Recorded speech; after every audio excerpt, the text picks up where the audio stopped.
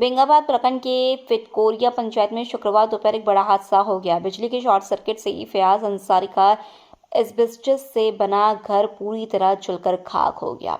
हादसे के वक्त घर के पुरुष सदस्य जुम्मा की नमाज पढ़ने मस्जिद गए हुए थे, जबकि घर में महिलाएं और बच्चे मौजूद थे। बताया गया कि अचानक हुए शॉर्ट सर्किट से घर में रखे सूखे बिचाली में आग लग गई। देखते देखते आग ने पूरे घर को अपनी चपेट में ले लिया। आग की लपटें उठती देख परिवार के लोग घर से बाहर भागे और शोर मचाया। आवाज सुनकर ग्रामीण मौके पर पहुंचे और आग बुझाने की कोशिश की, लेकिन आग इतनी तेजी से फैल चुकी थी कि उस पर काबू नहीं पाया जा सका। घटना की जानकारी मिलने के बाद अग्निशमन विभाग की टीम मौके पर पहुंची और काफी मशक्कत के बाद आग बुझाई गई। हालांकि तब तक घर और उसमें रखा अधिकांश सामान जलकर राख हो चुका था। इस हादसे में करीब 30,000 रुपए की संपत्ति के नुकसान की बात कही जा रही है। घटना के बाद पीड़ित परिवार सदमे में है। स्थानीय समाज सेवी मोहम्मद अयूब ने प्रशासन से पीड़ित परिवार को आपदा प्रबंधन के तहत मुआवजा देने की मांग की है।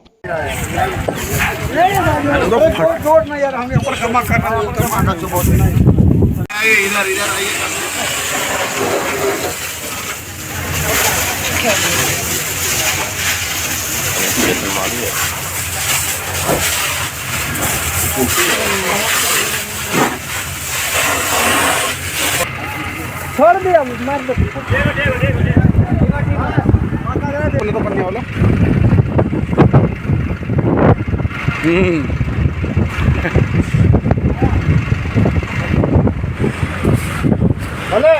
कहाँ पन्ने गेला इतने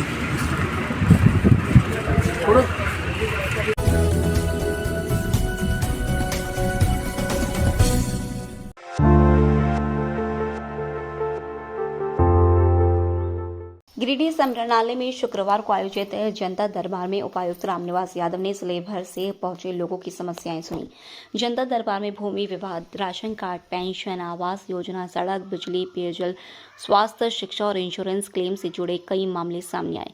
उपायुक्त ने संबंधित विभागों के अधिकारियों को हर आवेदन पर गंभीरता से काम करने और समय सीमा के भीतर समाधान सुनिश्चित करने का निर्देश दिया। कई मामलों का मौके पर ही समाधान भी किया गया, जिससे लोगों को तुरंत राहत मिली। उपायुक्त ने कहा कि जनता की समस्याओं का समाधान प्रशासन की पहली प्राथमिकता है और इसमें किसी भी तरह की लापरवाही बर्दाश्त नहीं की जाएगी। उन्होंने अधिकारियों को सभी आवेदनों की नियमित निगरानी करने और संवेदनशीलता के साथ काम करने का निर्देश दिया। इस दौरान उपायुक्त ने आम लोगों से जनता दरबार का लाभ उठाने और सही जानकारी देने की अपील भी की। कार्यक्रम में जिला जनसंपर्क पदाधिकारी अंजना भारती समेत कई अधिकारी मौजूद रहे।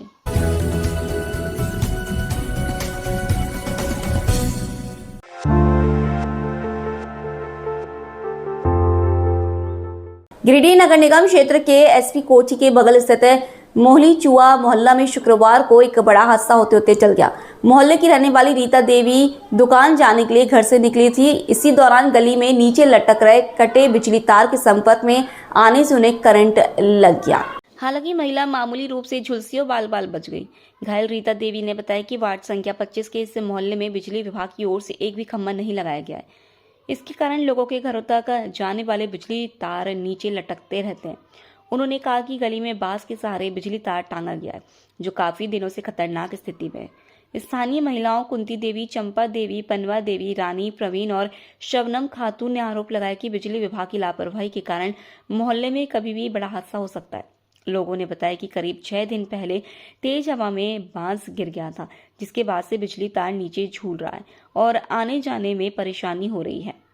वार्ड पार्षद प्रतिनिधि उज्जवल साव ने कहा कि इस समस्या को लेकर पहले भी विभाग को सूचना दी गई थी। घटना की जानकारी मिलने के बाद उन्होंने बिजली विभाग के एसडीओ से बात की, जिसके बाद मिस्त्री मौके पर पहुंच गया है। उन्होंने कहा कि मोहल्ले की गलियों में जहां जहां इस तरह की समस्या है, वहां जल्द समाधान कराया जाएगा।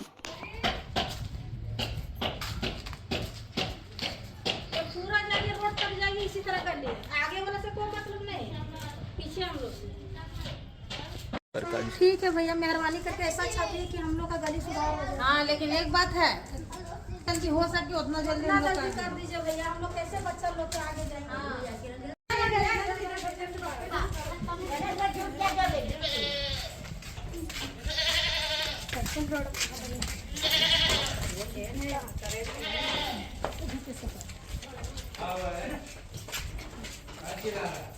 बच्चा लोग के हम लोग कैसे जाएंगे, कैसे पास होंगे हम लोग। रोड तो एनी टाइम हम लोग का जाना आने का रास्ता रहता है, बच्चा लोग कैसे भूखेंगे। एक तो हाथ में भी दर्द हो रहा है तो हम लोग कैसे भूखेंगे बताइए। आप ही लोग को समस्या की निकालिए कि गली के हम लोग का तार का तार लग जाए, पोल में लग जाए। क्या हो रहा था, हम दुकान जा रहे थे भैया, वो थोड़ा तार कटा हुआ है हाथ से, मतलब मेरा तार में सट गया, झटका लगा, हम गिर गए। ज़्यादा करंट उस तरह नहीं मारा है, लेकिन कारण यही मेहरबानी हम सबसे करते हैं कि यहाँ पर पोल और केबल के तार दिए जाए। कारण कि बच्चे को, बड़ा का, बुजुर्ग का हमेशा यहाँ पर करंट लगता है, गिरता है। जिसके पास जाते हैं गिड़गिड़ाने लेके, वो बात हम लोग का नहीं सुनता है। आज से नहीं 5-6 साल। कौन सा मोहल्ला ये मोहली चुआ है।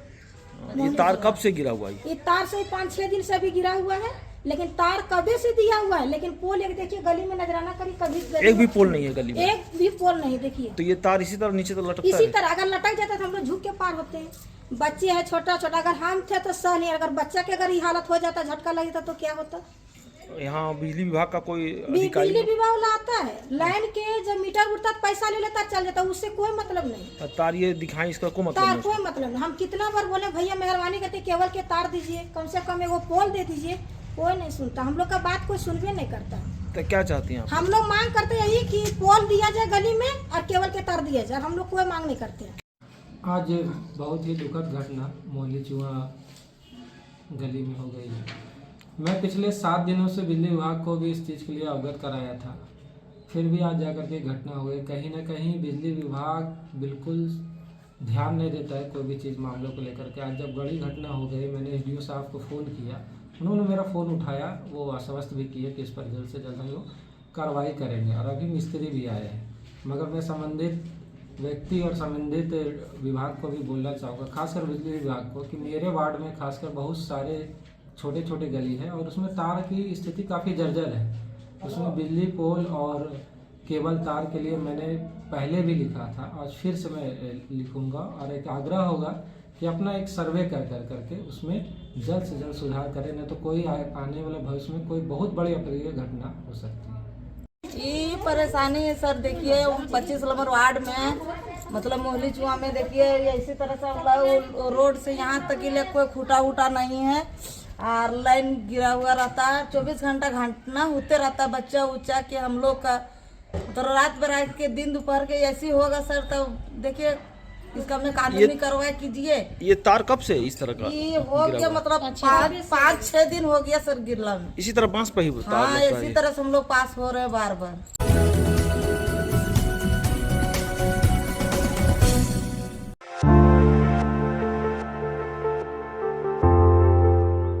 गिरिडीह के सदर प्रखंड अंतर्गत बदगुंदा खुर्द पंचायत में एक आदिवासी परिवार का बन रहा अगुआ आवास तोड़े जाने के बाद बड़ा विवाद खड़ा हो गया है। पीड़ित परिवार ने वन विभाग के अधिकारियों पर रिश्वत मांगने और पैसे नहीं देने पर रात में घर गिराने का गंभीर आरोप लगाया है। पीड़ित टूडा टूडू की पत्नी का कहना है कि घर निर्माण रोकने के नाम पर उनसे 30,000 रुपये मांगे गए थे। आरोप है कि जब परिवार ने पैसे देने से इनकार किया तो रात के अंधेरे में पहुंचकर उनका बन रहा घर तोड़ दिया गया। परिवार और ग्रामीणों का कहना है कि इलाके में कई अन्य घर भी वन भूमि पर बने हुए हैं, लेकिन कार्रवाई सिर्फ एक गरीब आदिवासी परिवार पर की गई। इसे लेकर ग्रामीणों में भारी आक्रोश है। लोगों का कहना है कि यदि घर तोड़ना जरूरी था तो पहले नोटिस देना चाहिए था और कानूनी प्रक्रिया का पालन किया जाना चाहिए था। घटना के बाद पंचायत के मुखिया समेत कई ग्रामीण पीड़ित परिवार के समर्थन में सामने आए। आरोप यह भी लगाया गया है कि घर तोड़े जाने के बाद अधिकारियों ने फोन पर कहा कि कुछ पैसा हम भी देंगे, बाकी आप लोग चंदा करके घर बना लीजिए। इस कथित बयान के बाद मामला और गर्मा गया। ग्रामीणों और जनप्रतिनिधियों ने इस मामले की शिकायत राज्य सरकार तक पहुंचाई है और निष्पक्ष जांच की मांग की है। लोगों ने कहा है कि यदि दोषियों पर कार्रवाई नहीं हुई तो आंदोलन किया जाएगा। हम मणिकबाद से चल करके आए हैं और आके यहाँ हम यहाँ के गांव वालों से और जो स्पष्ट में देख रहे हैं जो समस्या है इनका बहुत ही निंदनीय है, और हम चाहेंगे कि हमारे क्षेत्र में भी है और हमारे क्षेत्र में इस तरह का घटना जो फौज द्वारा बिना नोटिस किए हुए जो इस महिला का घर को तोड़ा गया। मामला यही है जो झारखंड सरकार के द्वारा अब वो आवास दिया गया था। हम मानते हैं फॉरेस्ट विभाग में ये काम करा रहे हैं, घर बना रहे हैं, लेकिन मैं वनपाल अधिकारी से भी आग्रह करना चाहता हूं कि वो अपना जो लाभुक हैं उनको नोटिस देता, तो इसमें हम दोषीदार थे। मामला ये है, बोले शादी गाँव थोड़ा मांझी का आवास था। तो आवास में क्या हुआ, सिपाही रात में आया, 4 बजे भोर बता रहा है, हम तो थे नहीं, सुना रहा है। तो बात है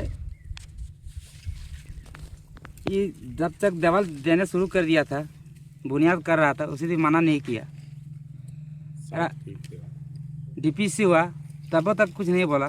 कि हमारे एक बार आए थे, वो 30,000 रुपया मांग कर रहे थे, वो नहीं देने के कारण मेरा घर को धसाया गया है।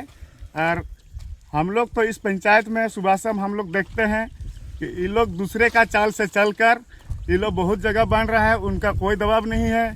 सिर्फ इन्हीं के कारण जो है सो बहुत बड़ा नुकसान करके चल गया है रात में। हम कहेंगे हमारे कल्पना मैडम गंडे का कल्पना मैडम हमारे मुख्यमंत्री को कहेंगे कि आप सभी लोग इस पर जल्द से जल्द कार्रवाई करें, कि इसलिए हमारे आदिवासी में यही लोग, घुसखोर लोग, यही हम लोग का दबाव देता है। अध्यक्ष सचिव जंगल का चुना करके हम लोग जंगल को बचाते हैं। वहीं वन विभाग के रेंजर एसके रवि ने सभी आरोपों को बेबुनियाद बताया है। उन्होंने कहा कि वन भूमि पर अवैध निर्माण और बाउंड्री वॉल के खिलाफ लगातार कार्रवाई की जा रही है। रेंजर ने कहा कि जिस पर कार्रवाई होती है वह अक्सर आरोप लगाने लगता है, लेकिन विभाग अपनी कार्रवाई जारी रखेगा। खबर सामने आने के बाद मुख्यमंत्री हेमंत सोरेन ने मामले का संज्ञान लिया है और उपायुक्त को जांच कर उचित कार्रवाई करने का निर्देश दिया है।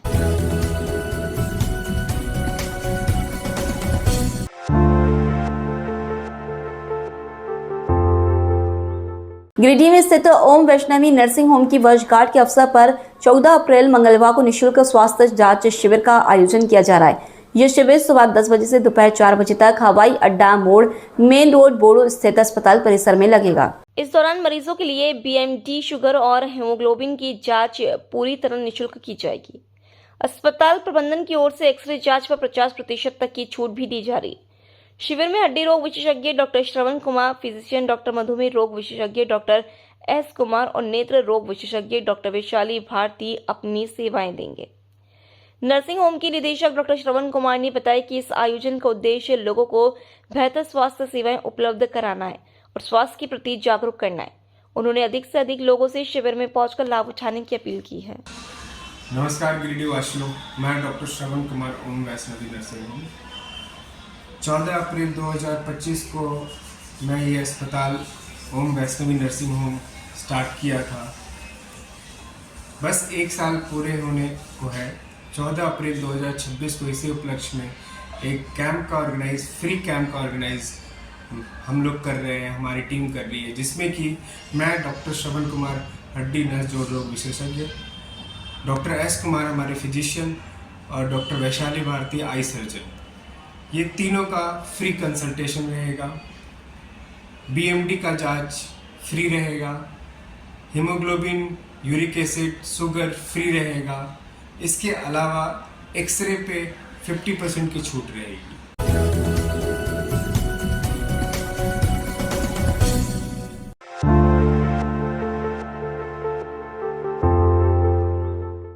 गिरिडीह में ग्राहकों के लिए एक नया शॉपिंग विकल्प शुरू हुआ है। टावर चौक स्थित न्यू जौहरी ज्वेलर्स शोरूम का शुक्रवार को शुभारंभ किया गया। उद्घाटन प्रतिष्ठान के मालिक की माता उषा रस्तोगी ने फीता काट कर किया। उद्घाटन के मौके पर शहरवासियों में खासा उत्साह देखने को मिला। यह शोरूम खास इसलिए है क्योंकि यहाँ एक ही छत के नीचे ज्वेलरी के साथ साथ लेडीज वेयर का भी आकर्षक कलेक्शन उपलब्ध कराया जा रहा है। 2 मंजिला इस आधुनिक शोरूम में शादी विवाह के लिए पारंपरिक आभूषणों के साथ साथ रोजमर्रा के उपयोग के लिए हल्की और डिजाइनर ज्वेलरी की भी अच्छी रेंज रखी गई है। यहाँ सोना, चांदी, हीरा, पुल्की और कुंदन के आभूषण ग्राहकों के लिए उपलब्ध हैं।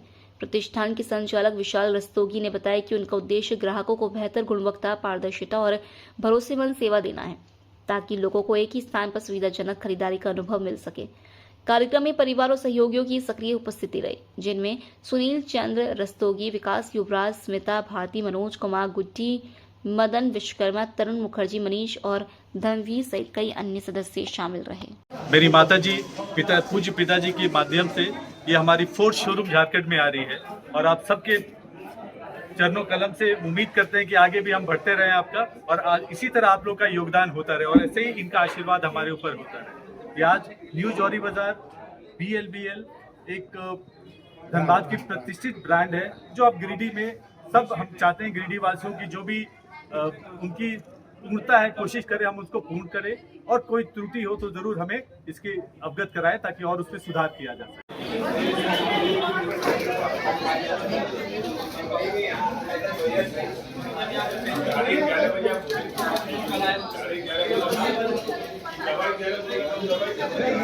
कि उनको जो उनके थॉट प्रोसेस में है, जो उनके सोच में है, जो बड़े शहरों में उनको उपलब्ध होती है, मैं कोशिश कर रहा हूँ कि गिरिडीह में भी उपलब्ध कराऊँ आपका। ओपनिंग कर रहे हैं, बहुत अच्छा लगा। कौन सा अनुष्ठान आज कौन सा जो पूरा आपका जो सिस्टम है, क्या ओपनिंग कर रहे हैं, कौन सा संस्थान, क्या नाम है आपके संस्थान का, कौन सा संस्थान? जौहरी बाजार ज्वेलरी शॉप का उद्घाटन हुआ विधिवत रूप से। इसमें गिरिडीह के सभी नगर वासियों को अनुरोध है एक बार पधारें, और यहाँ हर तरह का रेंज का ज्वेलरी अवेलेबल है, कपड़े का भी लेडीज़ का जो है गारमेंट्स वगैरह है। आज कचहरी रोड में जौहरी बाजार का उद्घाटन हुआ है। इसमें हमारे विशाल जी के माता पिता के द्वारा कितना काट करके उद्घाटन उन्होंने किए हैं। मैं बहुत उनके पूरे परिवार को, विशाल जी के पूरे परिवार को बहुत मैं धन्यवाद देता हूँ। और हमारे तरुणदा हैं, वो भी बहुत उनका सहयोग रहा है तरुणदा का, इनको भी बहुत बधाई देते हैं। और मैं बहुत इन लोग बधाई देता हूँ, शुभकामनाएं देता हूँ यहाँ के जनता को कि आज गिरिडीह में आज जो लोग धनबाद कलकत्ता लोग जाते थे उसका आज यहाँ फायदा उठा सकते हैं। एक से एक वेराइटीज यहाँ पर मिलता है। जैसे आपको देख रहे हैं यहाँ पर कपड़ा का होलसेलर का दुकान भी है।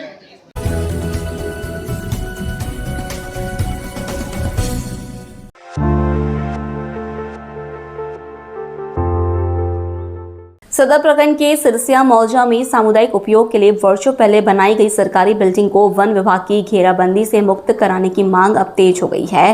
पूर्व जिला पंचायत सदस्य और ऑल इंडिया फॉरवर्ड ब्लॉक के जिला संयोजक राजेश यादव की अगुवाई में स्थानीय लोगों ने इस मुद्दे को लेकर बैठक की। बैठक वार्ड नंबर 12 स्थित सिरसिया मौजा में उस बदहाल भवन के सामने हुई जिसे करीब 15-10 वर्ष पहले सामुदायिक उपयोग के लिए बनाया गया था। राजेश यादव ने कहा कि यह भवन संभवतः ग्राम संसद और जैसी किसी उद्देश्य से बनाया गया था, लेकिन आज तक इसे स्थानीय लोगों के उपयोग के लिए पूरी तरह नहीं सौंपा गया। लंबे समय तक उपेक्षा के कारण भवन जर्जर हो चुका है और फिलहाल वन विभाग की घेराबंदी के भीतर आ गया है। स्थानीय लोगों का कहना है कि क्षेत्र में स्कूल तो है, लेकिन बच्चों के खेलने के लिए मैदान नहीं है। साथ ही शमशान घाट जाने का रास्ता और प्रतिमा विसर्जन के लिए तालाब तक पहुंचने वाला मार्ग भी वन विभाग की तारबंदी के कारण बाधित हो गया है। लोगों ने मांग की कि भवन को घेराबंदी से बाहर किया जाए और स्कूल मैदान, शमशान घाट और प्रतिमा विसर्जन के लिए रास्ता उपलब्ध कराया जाए। राजेश यादव ने बताया कि इन मांगों को लेकर जल्द ही वन अधिकार कानून के तहत ग्राम सभा आयोजित की जाएगी। बैठक में कई स्थानीय लोगों ने हिस्सा लिया और सामुदायिक जरूरतों को लेकर अपनी चिंता जाहिर की। इस समय हम लोग गिरिडीह ब्लॉक के पीछे सिरसिया मौजा पर खड़े हैं और जहां हम लोग खड़े हैं ये फॉरेस्ट की ज़मीन है और इसके ठीक पीछे जो बिल्डिंग है ये एक संभवतः ग्राम संसद बोल करके एक सरकारी भवन बना था आज से 10-15 साल पहले, और वो यहाँ के स्थानीय लोगों के उपयोग के लिए बना था। लेकिन इसका मेंटेनेंस और भी यहाँ के लोगों के कुछ लापरवाही के कारण भी कहीं न कहीं से ये बदहाल अवस्था में चला गया है। और इस समय इस ज़मीन को यहाँ फॉरेस्ट अपना ज़मीन बोल करके इसको घेराबंदी कर रहे हैं, तो ठीक है, उनकी ज़मीन है वो घेर सकते हैं, लेकिन यहाँ के लोगों का सामुदायिक हित इस भवन के साथ साथ इस ज़मीन से भी जुड़ा हुआ है। यहाँ 3 सवाल हैं। पहला सवाल है कि इस भवन को वो जो सामुदायिक हित के लिए बना था तो वो सामुदायिक हित के लिए रहने दिया जाए। फिलहाल इसको फॉरेस्ट के जो तार से घेराबंदी की गई थी उसके अधीन ले लिया गया है। तो जब ये सामुदायिक हित के लिए बना था तो यहाँ पर लोग आएंगे कैसे, इसलिए इसको घेराबंदी से मुक्त करना होगा। दूसरी बात है कि यहाँ के पूरे जो गांव है, बस्ती है, यहाँ के बच्चों के खेलने के लिए, युवाओं के लिए भी खेलने के लिए यहाँ कोई मैदान नहीं है और इस बिल्डिंग से ठीक सटा हुआ ये जगह खाली है, तो यहाँ पर एक छोटा सा भी काम चलाओ भी एक मैदान भी लोगों को चाहिए, ये लोगों का डिमांड है। और तीसरी बात है कि ठीक यहाँ से बगल में शमशान घाट है पूरे गाँव का, और वो लोग इसी रास्ते अपना शव लेकर के वहाँ अंत्येष्टि के लिए जाते हैं। तो उसके लिए भी एक प्रॉपर रास्ता चाहिए। तो ये 3 सवाल लेकर के, और वनाधिकार के तहत में लोगों का अधिकार के गाँव छोटे है और मसान घाट के रास्ता यह है कि नदिया से पार कर रहे हैं। इन्हें सब मैंने बाप दादे रास्तवा यह है कि हमने सदा गेली अकरे आज भी घेर ले तो हमने गणेश जी पे ओकर हमने इंसाफ चाहिए। सबके हमने कहा लिए तो कहा के फॉरेस्ट डिपार्ट घेर ले हो जाके वहाँ बात करता, हमने उतना पावर ना है। चुपचाप लगावाइए, कभी तरिया में ऐसे करके उठा के जाइए, कभी नदिया में गिर जाइए, तो हमें रास्ता चाहिए।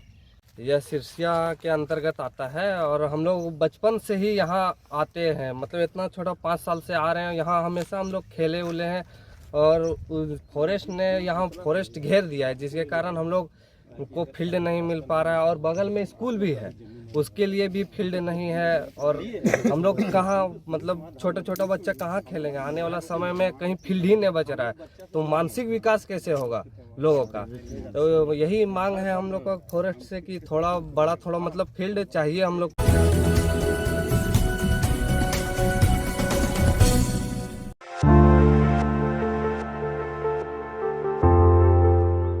गिरिडीह नगर भवन में विद्यालय स्वास्थ्य एवं कल्याण कार्यक्रम के तहत स्वास्थ्य आरोग्य दूत सम्मान समारोह का आयोजन किया गया। कार्यक्रम का उद्घाटन उपायुक्त राम निवास यादव और उप विकास आयुक्त स्मिता कुमारी ने संयुक्त रूप से दीप प्रज्वलित कर किया। इस दौरान जिले के विभिन्न विद्यालयों से जुड़े हेल्थ एवं वेलनेस एम्बेसडर, शिक्षक, स्वास्थ्य कर्मी और अधिकारी मौजूद रहे। उपायुक्त ने कहा कि विद्यालय स्वास्थ्य एवं कल्याण कार्यक्रम बच्चों के सर्वांगीण विकास के लिए बेहद जरूरी है। उन्होंने कहा कि स्वस्थ शरीर और स्वस्थ मन ही उज्जवल भविष्य की नींव रखता है। स्कूलों में हेल्थ एवं वेलनेस एम्बेसडर बच्चों को स्वच्छता, पोषण, मानसिक स्वास्थ्य, योग, खेलकूद और स्वस्थ जीवन शैली के प्रति जागरूक कर रहे हैं। उन्होंने बच्चों से मोबाइल और डिजिटल उपकरणों से दूरी बनाकर खेलकूद और पढ़ाई पर ध्यान देने की अपील की। साथ ही सभी हेल्थ एम्बेसडर से अपने विद्यालयों और आसपास के क्षेत्रों में स्वास्थ्य जागरूकता फैलाने का आह्वान किया। समारोह में उत्कृष्ट कार्य करने वाले हेल्थ एवं वेलनेस एम्बेसडर और स्वास्थ्य आरोग्य दूतों को प्रशस्ति पत्र और स्मृति चिन्ह देकर सम्मानित किया।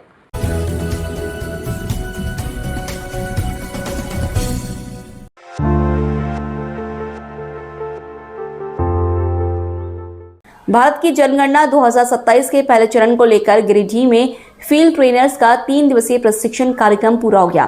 डीआरटीए सभागार में आयोजित इस कार्यक्रम के अंतिम दिन उपायुक्त रामनिवास यादव ने अधिकारियों और ट्रेनर्स को स्पष्ट निर्देश दिया कि जनगणना से जुड़ी हर तकनीकी जानकारी को गंभीरता से समझें और गणना कर्मियों तक सही तरीके से पहुंचाएं। उपायुक्त ने कहा कि मकान सूचीकरण और मकानों की गणना जनगणना का सबसे महत्वपूर्ण आधार है, क्योंकि इसी के आधार पर आगे की योजनाएं और नीतियां तैयार की जाती हैं। उन्होंने जोर देकर कहा कि घर घर जाकर सही और सटीक जानकारी एकत्रित करना बेहद जरूरी है, ताकि आने वाले वर्षों में सरकारी योजनाओं के लिए भरोसेमंद आंकड़े उपलब्ध हो सकें। उन्होंने यह भी कहा कि इस बार जनगणना प्रक्रिया में आधुनिक तकनीक का उपयोग किया जाएगा। डिजिटल उपकरण, एप्लीकेशन और फॉर्मेट के इस्तेमाल से पूरी प्रक्रिया अधिक पारदर्शी और प्रभावी बनेगी। इसलिए सभी फील्ड ट्रेनर्स को तकनीकी रूप से पूरी तरह तैयार रहना होगा। प्रशिक्षण कार्यक्रम में राज्य स्तर के मास्टर ट्रेनर को और जिलाधिकारियों ने प्रतिभागियों को मकान सूचीकरण, डेटा संकलन, फॉर्म भरने की प्रक्रिया, सत्यापन, रिपोर्टिंग और समय सीमा से जुड़ी विस्तृत जानकारी दी। साथ ही ग्रामीण और शहरी क्षेत्रों में आने वाली चुनौतियों और उनके समाधान पर भी चर्चा की गई। उप विकास आयुक्त स्मिता कुमारी ने कहा कि यह प्रशिक्षण फील्ड ट्रेनर्स के लिए बेहद उपयोगी साबित होगा और इससे वे अपने अपने क्षेत्रों में गणना कर्मियों को बेहतर तरीके से प्रशिक्षित कर सकेंगे। उन्होंने सभी विभागों से आपसी समन्वय के साथ समय पर जनगणना कार्य पूरा करने की अपील की।